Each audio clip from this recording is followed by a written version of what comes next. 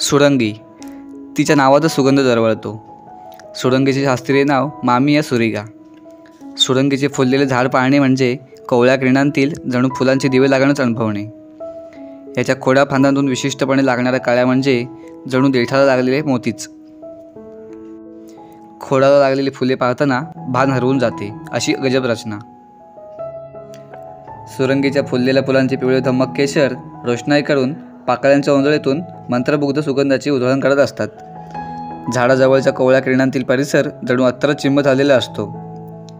खाली पडलेल्या सुक्या फुलांचा सडाई धरणी मातीला सुवासिक अभिषेक घालत असतो. फुलांमधील मधुरस टिपण्यासाठी या झाडावर मधमाशींचाही सुरात भुणभुण चालू असते.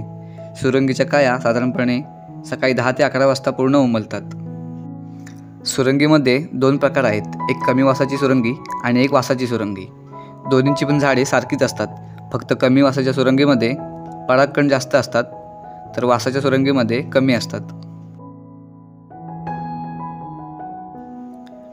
गजरे वळण्यासाठी कळ्याच काढाव्या लागतात, म्हणून अगदी पहाटे उठून या झाडावर चढून फांद्यांना लागलेली एक एक कळी काढावी लागते.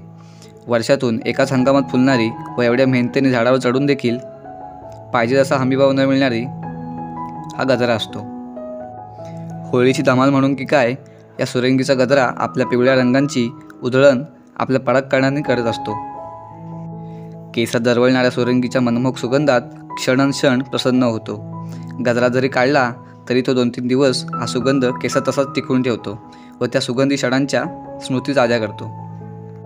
सुरंगीच्या गजऱ्याला कोकणात प्रचलित असणारे वळेसर हे नाव त्या गजऱ्याच्या कलाकृतीला अगदी समर्पक वाटतं. सुरंगीच्या फुलांचे पूर्वी अत्तरही मिळायचे, पण आता ही वनस्पती दुर्मिळ झाली आहे. या वनस्पतीचे जतन करणे काळाची गरज बनली आहे. सुरंगीचा हा सुगंधी आनंद आताच्या व आपल्या पुढच्या पिढीलाही मिळण्यासाठी या झाडाची लागवड होणे ही काळाची गरज आहे. ही सदिच्छा. थँक्यू.